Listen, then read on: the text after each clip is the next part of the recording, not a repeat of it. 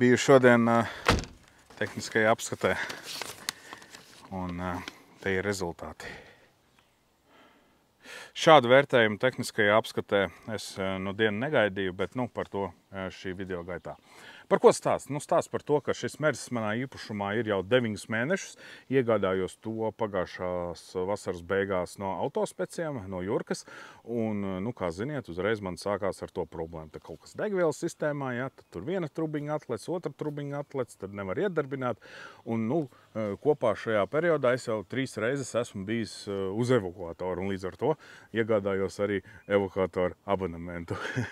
Tāds, kā saka, patstāvīgs klients. Bet, tagad es gan vairāk tai mašīnai uzticos. Es varu teikt, ka šo 9 mēnešu laikā es esmu jau novērsis praktiski visas tās problēmas, kas bija atklājušās, ja, kāpēc tā mašīna neiedarbojās. Ja, atceramies, ka Juris savā video stāstīja, ka mašīna ik pa laikam nepielec, ja tur ilgāk starters jāpagriež, jo ir kaut kāds centrālais vats, kur neiet signāls, un līdz ar to mašīna uzreiz nepielec. Aizvedu pie meistara. Meistars uzreiz pateica, ka viens sensors ir beigts, nomainīja sensoru par 50 eiro. Viņš gan teica, ka tur jau iepriekš kaut kas esot darījis, un jau tur bija jau viens cits sensors uzlikts, bet es jau nezinu, to Juris lika vai kāds cits, bet nomainīja vēlreiz to sensoru, un tagad mašīna lec, tā teikt, ar pirmo griezienu. Tāpēc, redz, šī problēma arī atrisināta, un ir atrisināta problēma arī ar degvielas sistēmu, ka tur vairs nekas nepil, ka tur vairs nekur gaisa iekšā nesūc, un līdz ar to pēdējos 2 mēnešus man nav bijušas tādas problēmas, ka mašīna nevar iedarbināt. Zin kā, pie koka jāpiesit. Šodien bija apskate, ko es uz apskati izdarīju. Es aizvedu, protams, uz servisu tur reļas maiņa, filtru maiņa, nomainīju aizmugurē bremžu diskus ar rokas bremzi. Un vēl bija problēmas ar atsperi. Atbraucot no Amerikas, sāku braukt ar mašīnu, jūtu kaut kas tur aizmugurē, ne graba, bet tāda metāliska skaņa.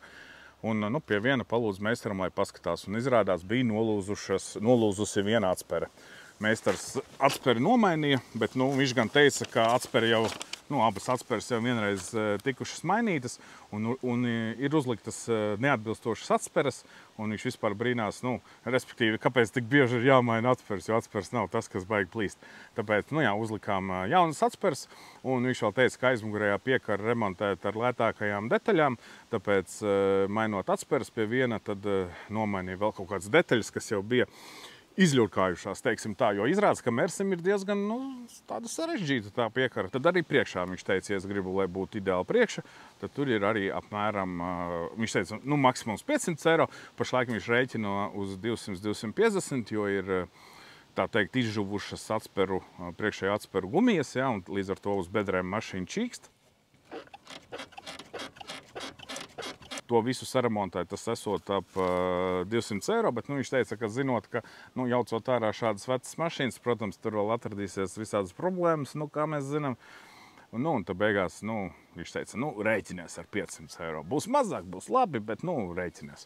Un aizmugurē, ja, nomainījām tās atsperes, vajadzēja taisīt arī savirzi pēc kāda laika, un savirzi līdz galam nevar uzstādīt, jo aizmugurē, ja, tie regulējamie silent bloki, tās skrūves ir ierūsējušas, un viņas, tā teikt, negriežās. Līdz ar to savirze nav ideāla. Ir kaut kāda minimāla novirze aizmugurējā asī, aizmugurējām riepām. Bet, meistars teica, var arī neremontēt. Principā tas nav nekas kritisks. Uz riepām tas nekādas paliekošas sekas neatstās.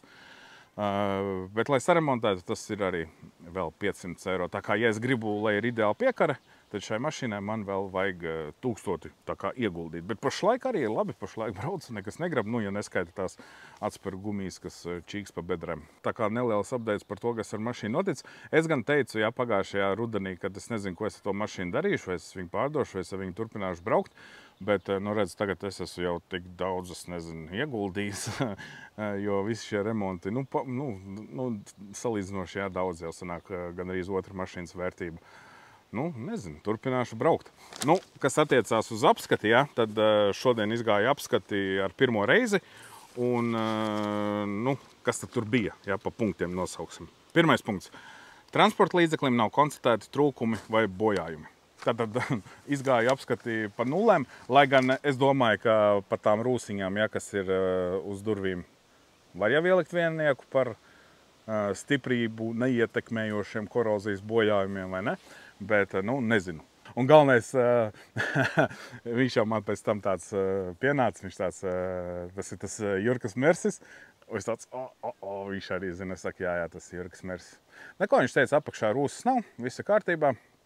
Mašīna normālā stāvoklī, nu, labā stāvoklī. Es gan nebrīnos, kāpēc, jo es tik daudz naudas ieguldījis, kad es pirmkārt jau reiķinājos, ka es šodien dabūšu apskatu, jo, nu, pusi no tā laika, kas man ir, viņi pavadīja servisā. Nu, labi, pusi nē, bet, nu, viņi ilgu daudz laika pavadīja servisā, gan dīzeļu specializētajā servisā pie Doles, gan visos citos servisos, kuri nevarēja atrast kļūdas. Tā kā tā.